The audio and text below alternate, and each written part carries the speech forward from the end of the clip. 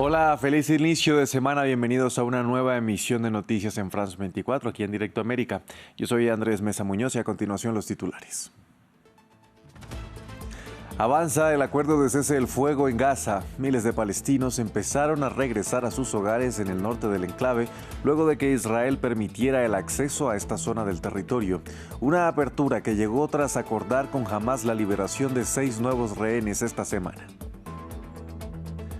Alivio en las tensiones entre Estados Unidos y Colombia. Después de una jornada de crisis, el gobierno de Gustavo Petro acordó anoche aceptar las condiciones impuestas por Donald Trump frente a la deportación de inmigrantes indocumentados. A cambio, Washington suspendió algunas de las sanciones. Hoy se cumplen 80 años de la liberación del campo de exterminio nazi Auschwitz-Birkenau. Líderes del mundo se reúnen en este lugar para escuchar el testimonio de los sobrevivientes del genocidio en una ceremonia que rinde homenaje a las víctimas del Holocausto.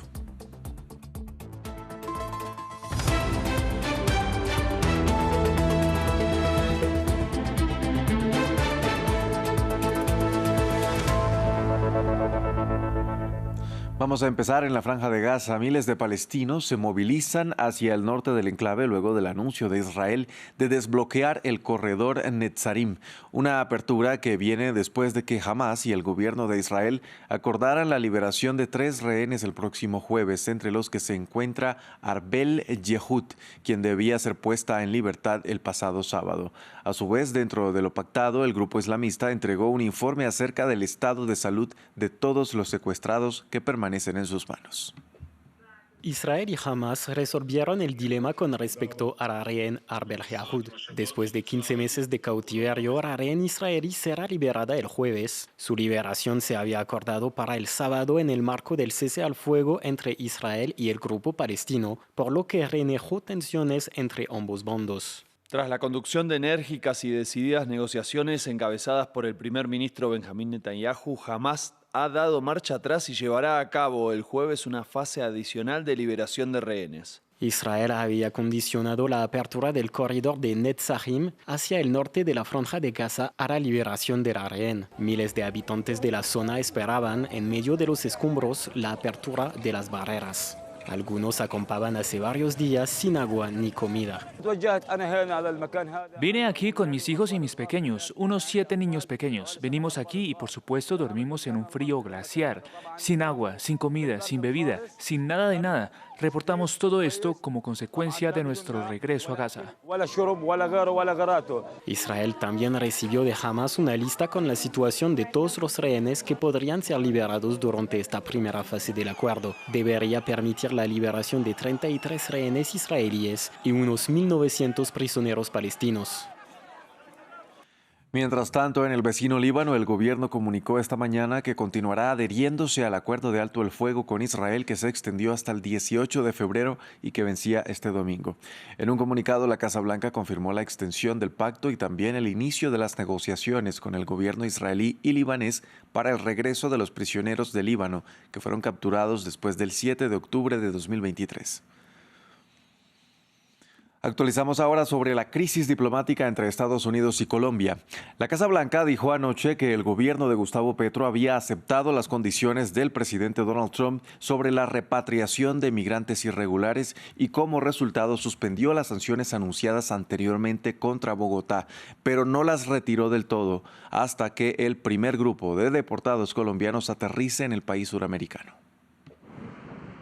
El gobierno de Colombia cedió finalmente ante la presión estadounidense.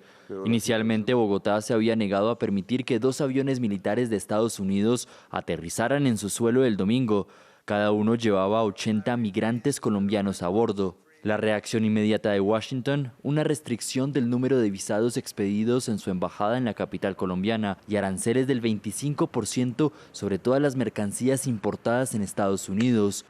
Bogotá tomó represalias con aranceles similares, pero pocas horas después anunció un acuerdo con su principal socio comercial. Superado el impasse con el gobierno de los Estados Unidos.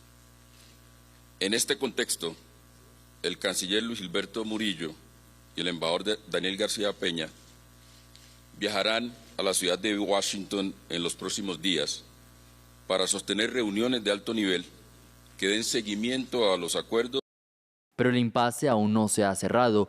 Donald Trump condicionó a Gustavo Petro a retirar completamente las sanciones de visado solo hasta que el primer grupo de colombianos deportados aterrice en Bogotá.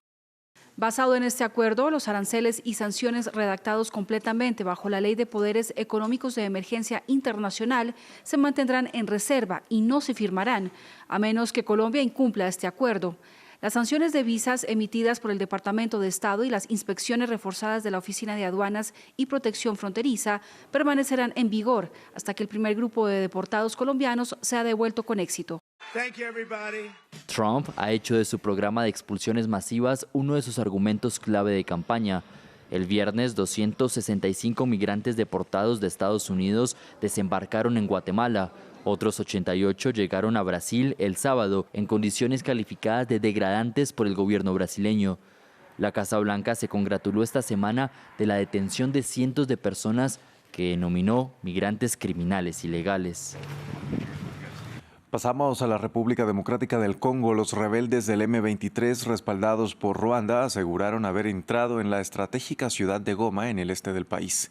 Tras 3 días de intensos combates con el ejército congoleño que provocó el desplazamiento de miles de personas.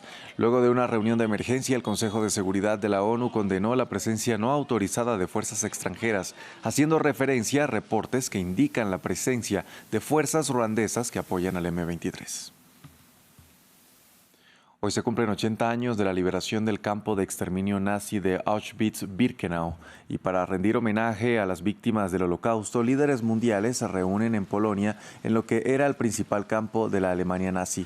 Dentro de los actos, la participación de unos sobrevivientes del Holocausto podría ser una de las últimas reuniones en presencia de ellos. El presidente polaco recordó la importancia de cuidar y preservar las instalaciones de Auschwitz. Polonia cuida estos lugares para proteger la memoria, para mantenerla viva, para que la gente la recuerde siempre. Y así, a través de este recuerdo, el mundo nunca más permitirá que ocurra una catástrofe humana tan dramática, o para ser más precisos, una catástrofe de la humanidad.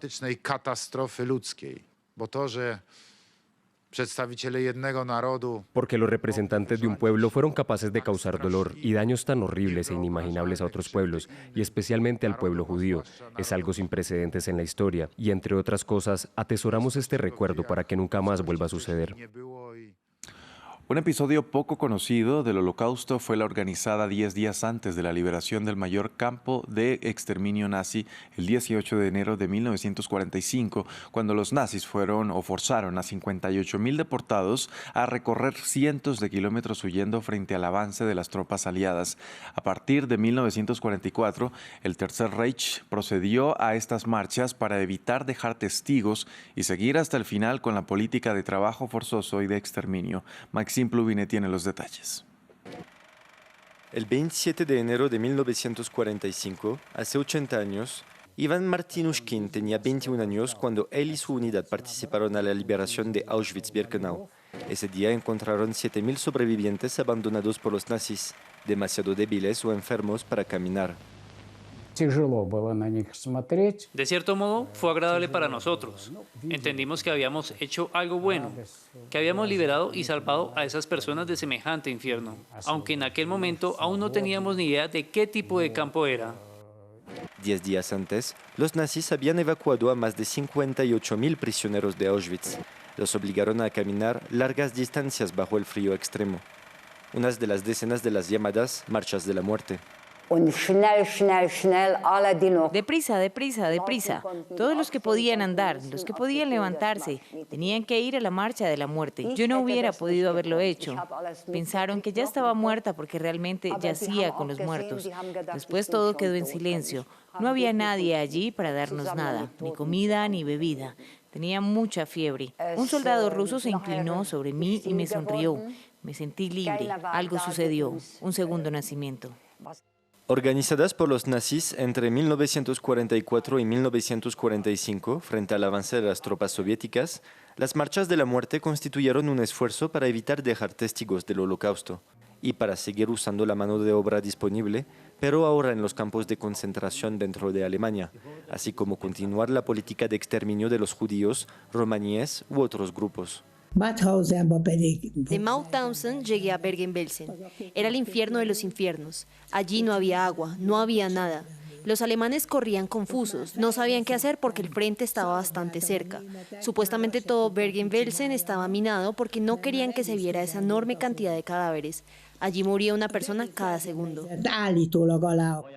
Durante estas marchas, miles murieron de frío, hambre o fueron víctimas de ejecuciones sumarias por parte de la SS. Hasta aquí este informativo. Gracias por acompañarnos.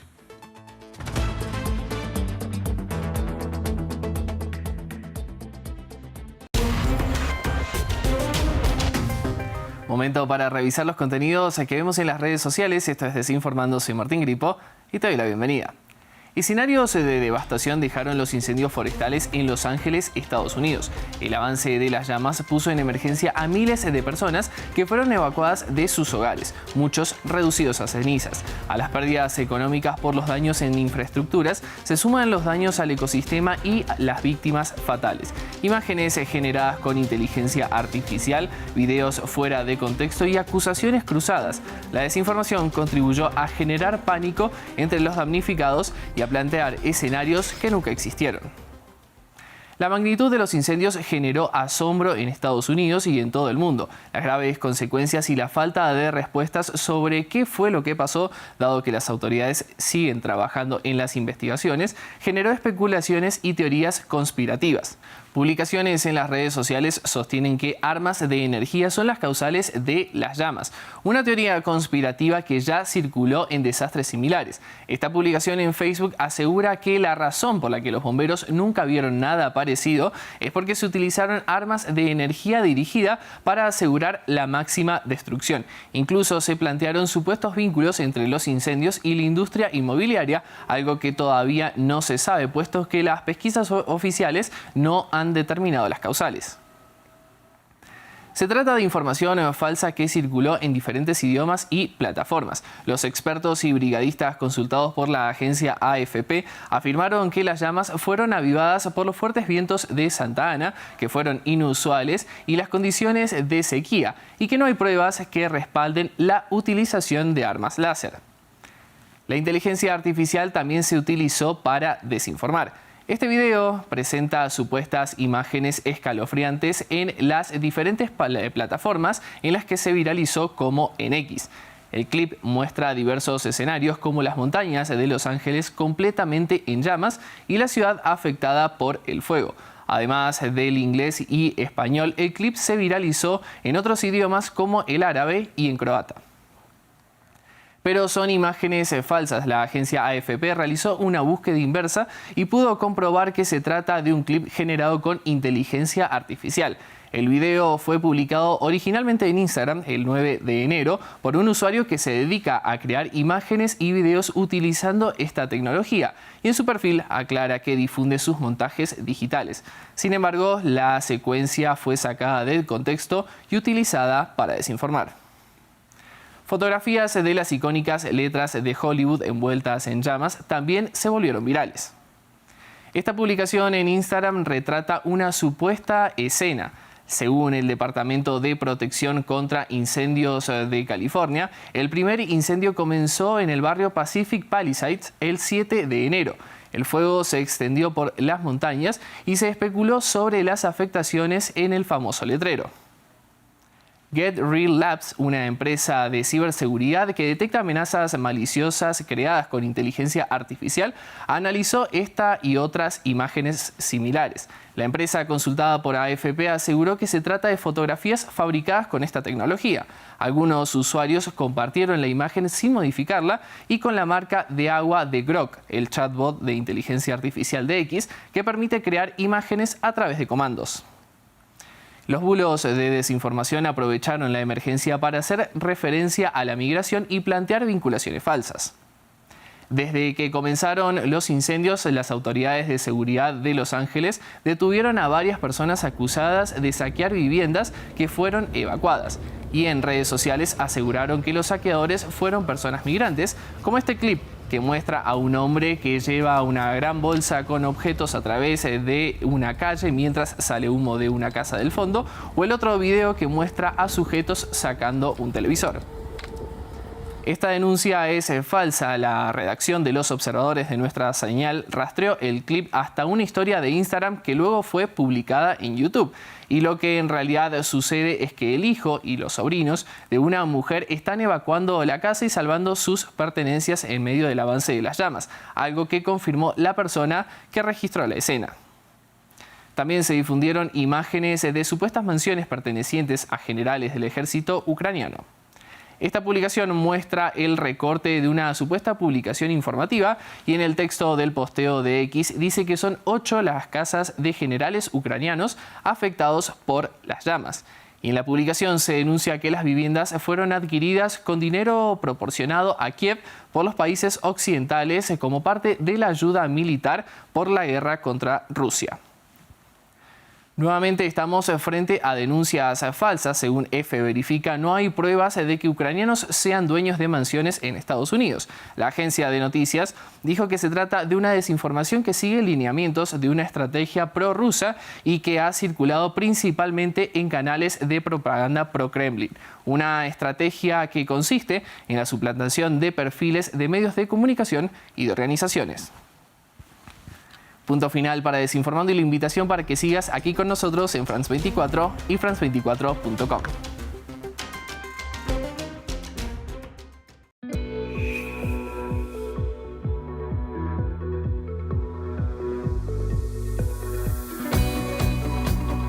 France 24, el arte en todas sus formas.